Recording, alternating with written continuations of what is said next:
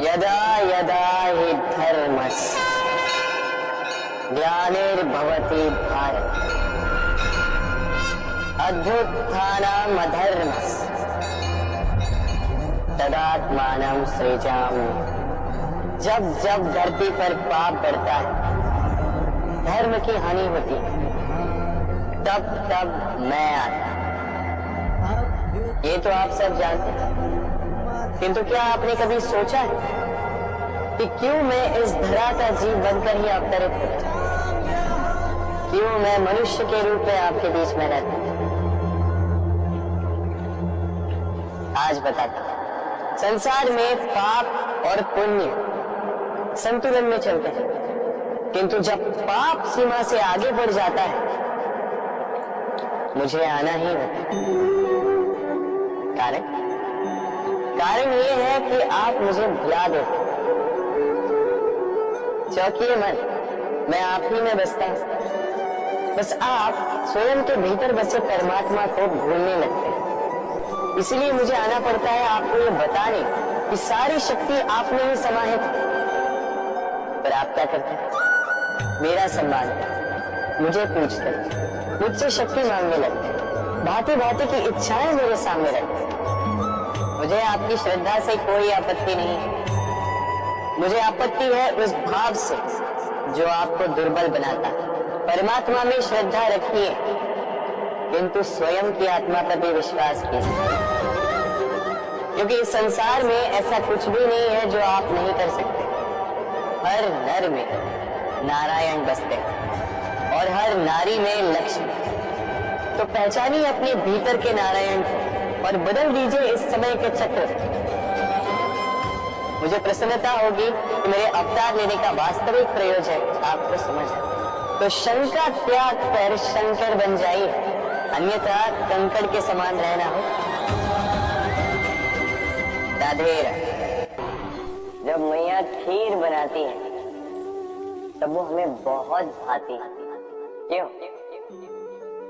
किंतु मैया खीर कैसे बनाती है? पहले वो भात और दूध का प्रबंध करती है, फिर वो मीठे का प्रबंध करती है, फिर वो आंच पर इसे देर तक पकने देती है ना सर?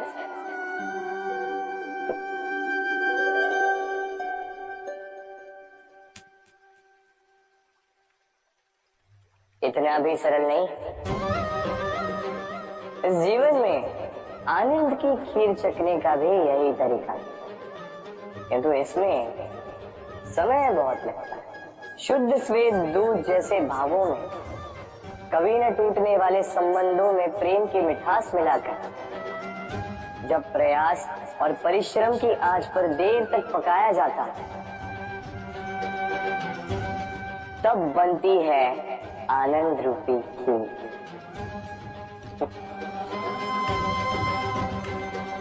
तो स्मरण रखिए, शुद्धता भावों की, मिठास प्रेम की और प्रयास आत्मा की, इन तीनों को मिलाओगे तब भी जीवन में आनंद पाओ।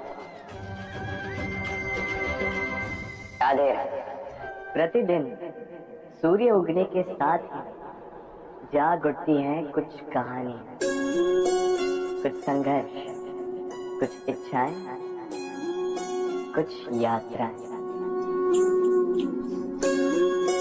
पर सभी कहानियां संपन्न नहीं होती, सभी संघर्ष जीते नहीं जाते, सभी इच्छाएं प्राप्त नहीं होती और कुछ यात्राएं रह जाती हैं अधूरी। क्यों? अब आप में से कुछ कहेंगे प्रयास अधूरा रहा, कुछ मानेंगे निश्चय दृढ़ नहीं था, कुछ क्रोध करेंगे, तो कुछ इस असफलता का बोझ अपने भाग्य के कांधों पे डाल देंगे। परंतु इस सब का कारण केवल एक तत्व की कमी है, 2.5 अक्षर की कमी है, प्रेम। प्रेम जो न शास्त्रों की परिभाषा में मिलेगा, न शस्त्रों के बल, न पाताल की गहराइयों में, न आकाश के तारों। तो ये प्रेम है कहाँ? कैसे पाया जाता है? क्या है मार्ग प्रेम को पाने का? प्रयास रहेगा आपको यही समझाने का। तो आइए भागी बनिए इस यात्रा का, साक्षी बनिए प्रेम की इस भाव विभोर कर देने वाली महागाथा की, जो अलौकिक होकर भी इसी लोक में रची गई। और इस यात्रा के लिए आपको ना कोई शुल्क लगेगा, ना ही कोई परिचय पत्र। बस एक बार मन से बोलना होगा, राधे राधे राधे राधे राधे राधे राधे। मनुष्य जब जन्म लेता है और मनुष्य जब इस संसार को छोड़कर जाता है, इसके मध्य का काल जीवन कहलाता है। और इस जीवन में संघर्ष तो करना ही पड़ता है, कभी शिक्षा के लिए, कभी काम के लिए, कभी वास्तविक युद्ध करना पड़ता है।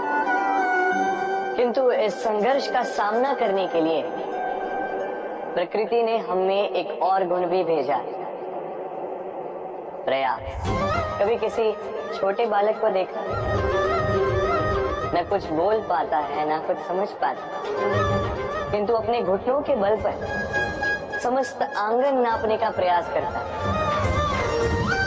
खड़ा होता, गिरता, फिर खड़ा होता, और अंततः वो चलना सीख ही जाता है,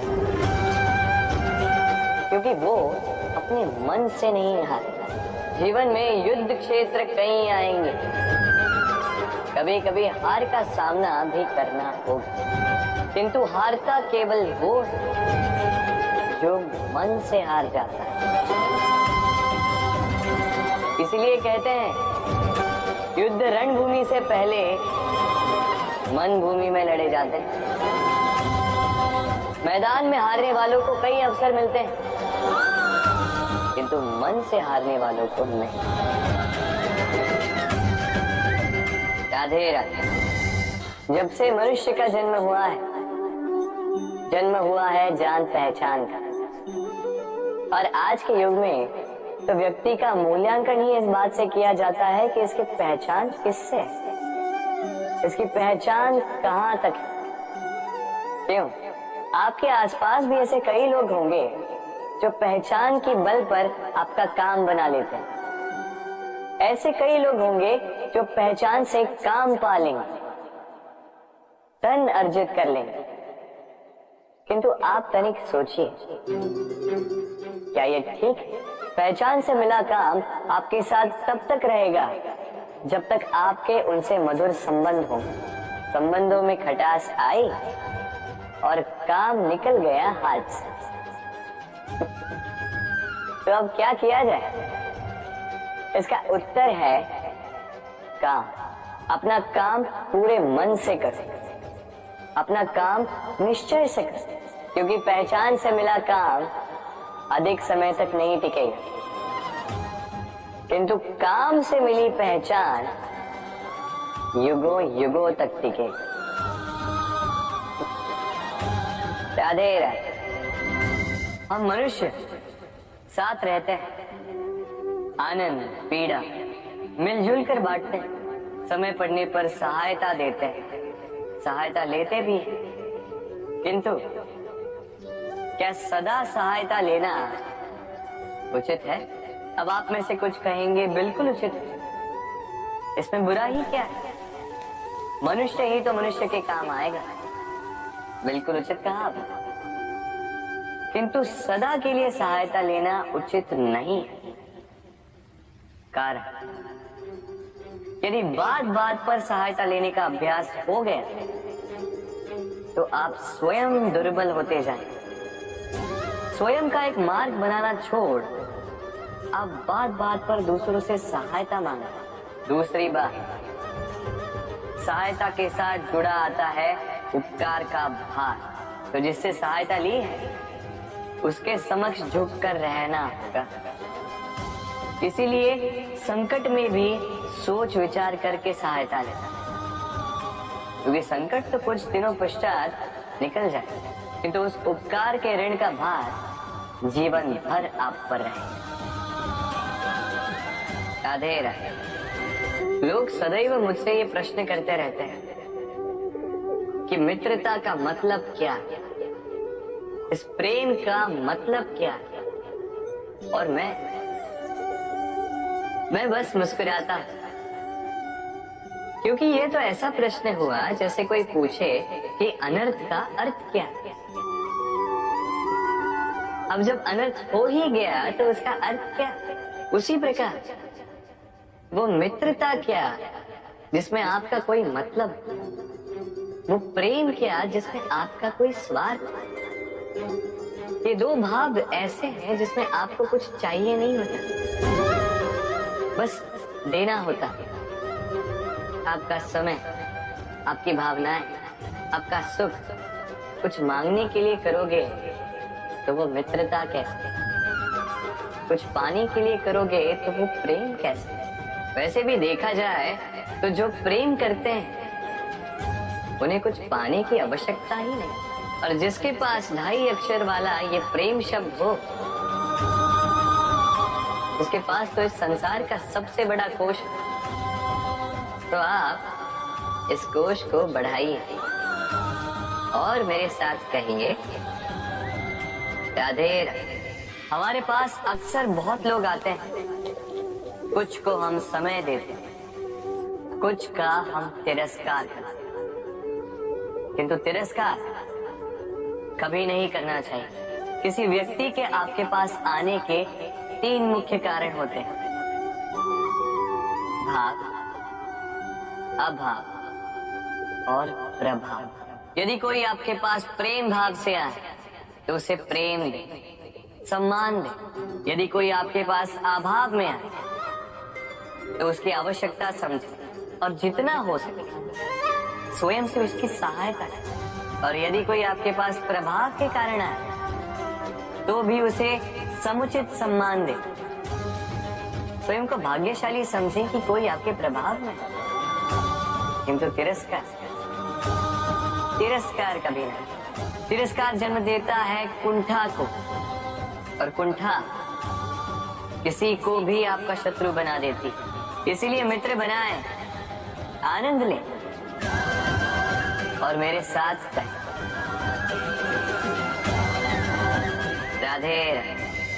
हम अपने संबंधों के साथ जीते हैं, उत्सव मनाते हैं, खेलते हैं, खाते हैं, आनंद मनाते हैं, किंतु जब कोई प्रिय हमसे दूर चला जाता है, इस संसार से चला जाता है, तब हम दुर्बल हो जाते हैं, सदा दुखी रहते हैं। क्या ये होना चाहिए? इस प्रकृति को देखिए, वृक्ष पत्तों के झड़ने से शोक नहीं मनाता, वो नए पत्तों के आने का स्वागत करता है। कल आप भी किसी के स्थान पे आए थे, और कल आपके स्थान पे भी कोई और अवश्य आएगा, क्योंकि ये परिवर्तन है, ये इस प्रकृति का नियम। इसमें शोक कैसे? जो छूटा उसका शोक मनाने के स्थान पर जो मिलेगा या जो आपके पास है उसका आनंद उठाइए। राधे राधे। व्यक्ति किसी और वस्तु या भाव से परिचित हो ना हो, है और भविष्य दोनों ही व्यक्ति के मन में सदैव रहते हैं, जिनका अस्तित्व व्यक्ति के अस्तित्व पे भारी रहता है। विचित्र है ना? वह वो है जिसे आप नहीं जानते, जो अनजान है, और इसी कारण आपको भय लगता है कि ना जाने क्या होगा। भविष्य वो है जो अब तक घटा ही नहीं, तो जो घटा ही नहीं उसके विषय में चिंता क्यों? आपके हाथ में है वर्तमान, वर्तमान के कर्म सत्य मन से कीजिए और सोचिए ये कि अपने कर्मों को और कितनी श्रेष्ठता से किया जा सकता है। इसलिए आप विश्वास कीजिए, यदि वर्तमान के कर्मों को आप सत्य मन से करोगे तो भय स्वयं ही निकल जाएगा और भविष्य का फल अवश्य ही मीठा होगा। इसलिए भय और भविष्य से डरना छोड़ दीजिए, इस वर्तमान को जी। हम सबको कभी न कभी तो क्रोध आता ही और आएगा भी। मनुष्य इन्हीं भावों से हम जुड़े, किंतु ये क्रोध क्यों आता है? कभी सोचा है आप? ये क्रोध तब आता है जब हमारे मन के अनुसार कुछ ना, जैसे कभी कोई हमारी बात ना माने या कभी हमें पराजय प्राप्त हो जाए। किंतु इन सारी परिस्थितियों में आधार एक ही है कि कहीं न कहीं किसी न किसी स्थान पे हम दुर्बल हैं। क्रोध जन्म लेता है हमारी दुर्बलता से और फिर वो हमारी सबसे बड़ी दुर्बलता बन जाता है।